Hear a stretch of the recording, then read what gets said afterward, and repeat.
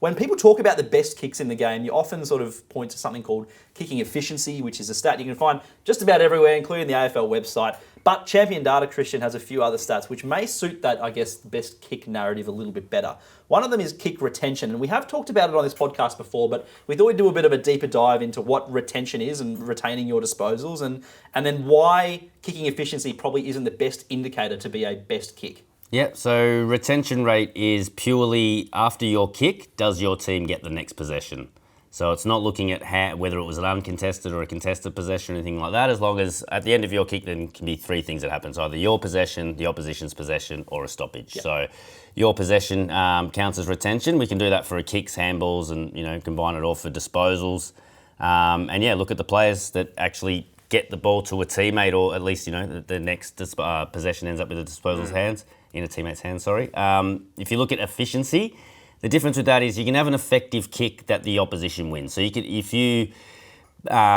basically any kick over 40 metres that goes to a 50-50 contest or better is an effective kick. So you can kick long. That? Because you're telling me you can kick it 40 metres to 40 metres to an opposition. That's an ineffective kick. Yeah, so if you kick it to a 2-on-1, that'll be ineffective or even clanger. So there's three levels of kick. You're either effective kick, ineffective kick, which means it's sort of bad decision and bad execution, but it hasn't cost you too much. And then a clanger is where the easiest way to define a clanger is a kick that gave your team no chance. Such a good word, isn't it? I love it. I think, so I always go back to Ted Hopkins, sort of brought that back to, I think it's a word that he heard as a kid or, might have been used around the farm or something, but he's brought it into the Australian lexicon, and whenever I see the Amy ads and things like that, I sort of have a smile on my face going, well, that's just Ted Hopkins' word from 99's now made it into Australian commercials. But so it's not perfect, but neither's retention, I guess, because retention can also be, you can kick to a contest, it can spill out, and then it might not be a mark, is what I'm trying to say. Yeah. So it can also be a little bit of luck. Retaining it can be a bit of luck and a bit of,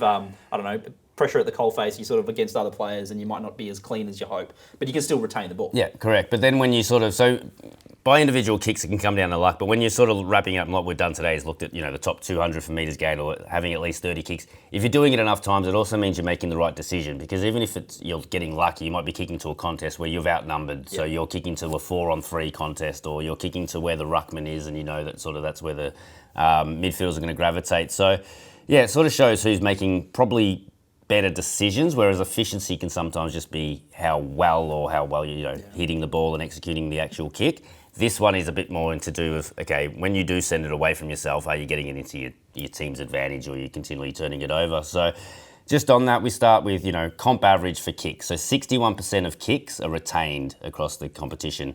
So that's all kicks. So a shot at goal, if you kick a goal, that will count as retention. If you kick it behind, that's not retained, because the opposition's going to get the next possession. So looking at all kicks, 61% is the comp average for kicks. 84% of handballs are retained by the team. So still 16% of handballs that either go to a stoppage or the other team's winning a possession. And you put those together, so 71% of disposals across the competition are retained by a team. So you look at the best team-wise, Adelaide's number one this year for retention from kicks, 64%. So best in the competition is still sort of going, less than 3/4 or well under 3/4. It's not overly surprising when you think about the Crows. Not so much the way they've been going, but just the names that they have. We've spoken a lot about. Yeah, Dawson, such a great kick. Yep. Tex is a fantastic kick. Mitch Hinge. There's so many great ball users that they have in their team. And probably the targets as well. I'll say like Fogarty and Philthorpe and the guys they're kicking to. So, and you look at 64% for the number one team. West Coast at 18th at 55% kick retention rate. So you can sort of see the variance is about 10 to 9% across the competition. Sure. But then we go into players. So you can look at guys with at least 30 kicks this year. So there's been 295 players with at least 30 kicks. Yep. Number one for retention rate is Tom Stewart at 91%. Second is Mitch Hinge at 87%. Jeremy McGovern 87%, and Harris Andrews at 86%. So all there's a theme here. Defenders. So we always know that there's two reasons for it. In defence, you got to use the ball better. You don't want to make a mistake, so you're taking less risk with the ball. But we also know that these defenders, you wouldn't last in defence if you're just going to blast it and turn it over all the time. So we know that the better users get put behind the ball. There's going to be more open play. players defensive side than forward. And also potentially looking, to switch or looking backwards as well. Like, I would say a lot more uncontested kicks are had in the back half than there are in the front half. Yeah. So you can see it with pressure rating and things like that. So you've always got probably a lot more options when you're kicking from the back 50 than when you're kicking into the forward 50. You're sort of, the ground gets a bit more skinnier and, less options to go to because you're not going to turn around and hoist it from one sort of forward flank to the other, but you might do that in the back line the way they switch it around. So if you take that out, sort of the best non-defender is, so as I said, 86% was Andrews at fourth. The best non-defender is Pat Lipinski at 76% for Collingwood. So you can see a lot of defenders. 10%, right? Yeah, I think it was about the top 40 are all general defenders and key defenders. And again, that's because they're going to stay in the team because they've got a high retention rate. Any defender that's got a retention rate of 70% is probably going to be dropped by now. So, does this back up the theory that some in the media have that playing halfback's the easiest position in footy?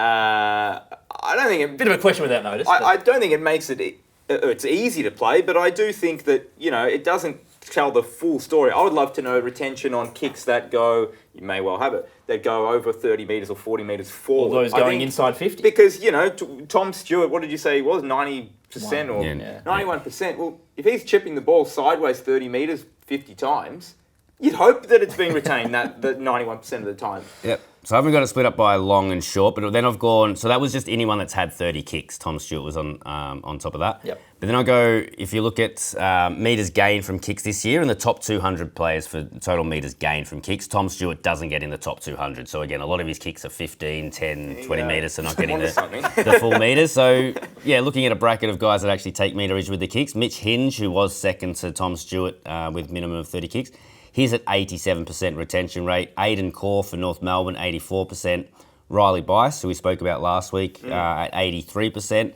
And Christian Salem, again, fair drop-off between Bice and Salem. Salem's down at 77%. So again, it's interesting. All half-backs, but guys that do want to, we look at Riley Bice and Salem, they do take the 40-metre kicks up and out to the wing. So if you had to flip that, look at the top 200 metres gained players and their kicking, who are those that are not retaining the Who are the balls? butchers? Yeah, who are the butchers? Who are the biggest butchers in the league? Yeah, well, put them on blast. The biggest one is Blake Acres at 29% this year. So not even 1 in 3 of his kicks is being retained.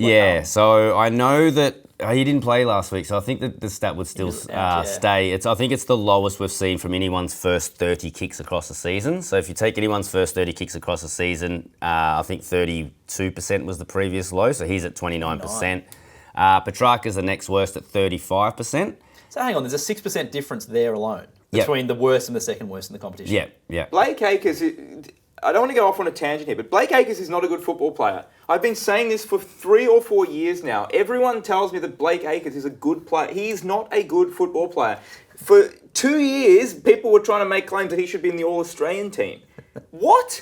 At the expense of someone like Lockie Neal or Nick Dacos. I don't want to go through the we should have but it's insane to me. He turns the ball over at an alarmingly high rate. I think we spoke about him last year as well, whose turnovers had led to the most scoreboard points as well. So when he does miss the target, it can often hurt you the other way. Petrarca, as I said, 35%. Back on track. Darcy Wilson at St Kilda, 36%. So another sort of young kid that plays with a lot of risk. He's always running at top speed almost when he uses the ball. And Finn Callahan for GWS is an interesting one at 37%, another one that's getting it in a lot of traffic. Yep. So we turn to the kicks inside 50, which I sort of heard you mention. So we call that, I love calling this the money kick. The final kick inside 50 and whether you can hit a target. So this year, minimum of 10 kicks, so still sort of lowish numbers. Ben Ainsworth is at 83%. So I think 10 of his 12 have retained possession kicks inside 50. Jack Darling's been an okay recruit for North Melbourne at 83%.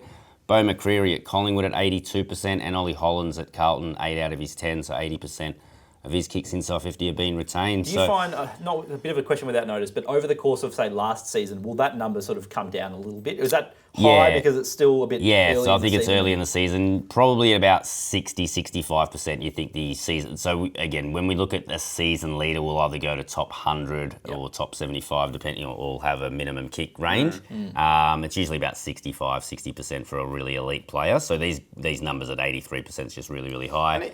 And even the better players, and even the other end as well. But do we see consistency year to year in terms of the same sort of names that are filling up these spots, or is it a bit because we may only have 10, 12, 15, 20 kicks that go inside, one or two that don't go to their target makes a massive difference in terms of their retention percentage. So yeah, do we find that the same players are similar players there? are up there? I mean, Gordon's always going to be up there, who hasn't played this year. I think he's been consistently up there for the last 3 years. I know Lachie Neale's had a horrible season and an elite season almost, so he's fluctuated. If I talk about Port Adelaide, I know that Wines is always last for kicking inside 50. Rosie's sort of floated between middle and the lower range, and Butters is always at the top. So you can always look at, our three main midfielders, we've got one guy that's the safest going inside 50, and that's Butters, and Rosie and Wines are more high risk when they go inside. So a little bit of consistency, but as I said, they've been. Lachie Neale's one that I can think of where he's had an elite season and he's also had a poor season. So whether it's just, on the flip side of the best kicks going inside 50, are there those that struggle to get the ball retained when they're kicking the ball into their forward mark? 3 Brisbane players in a row here. So Jared Berry, 15% of his kicks inside 50 have been retained. I haven't got the totals here, but they're again all were minimum of 10. So they've all had at least 10 kicks inside 50. Darcy Wilmot, 18%.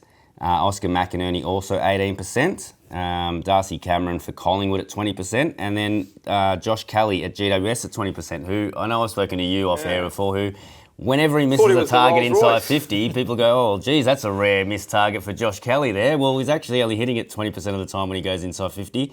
And that number has been low previous years as well. So I reckon we were talking he's a about good player, but he's ago. a high-risk player. He's not trying to hit the target with every kick. Yeah. So when it comes off, it looks great, but you don't notice the 4 times it doesn't come off. Yeah. Well, 3 Brisbane players is a bit interesting. I think we do know that they like to, use the ball a lot. They're always winning the possession count. I'm surprised Oscar McInerney's had 10 kicks going inside. A lot of them would Maybe just that's be grabbing it out of the ruck and just banging it forward. So they're nevertheless. What about marks from a kick? So, we did say off the top that retention can be you might kick it out into space in front of someone, and as long as a teammate from your team picks up the next possession, it still counts as retained. What about those that actually get a mark from one of their teammates? Yeah, so players that stand out. Yeah, I think this is the true retention where you can kick the ball and your teammate takes a mark from it. So this year, I could give you.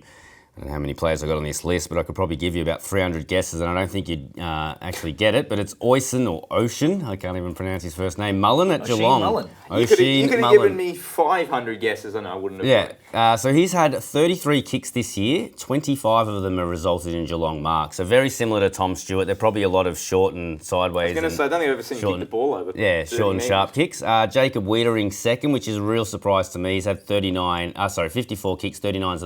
39 have been marked. I find Jacob Wiedering's one of those guys that just bangs it just to get it out of his area a lot of the time. But this year he's actually finding a lot of targets. Tom Stewart, Harris Andrews, Aidan Corr, Mitch Hinge, the common names that are all up there for retention, are all up there for mark rate as well, at about 70%, 66% for Corr there. So if you look, again, all defenders, so you go take away the defenders. Patrick Lipinski comes up high again as a winger, so 58% of his kicks have been marked this year.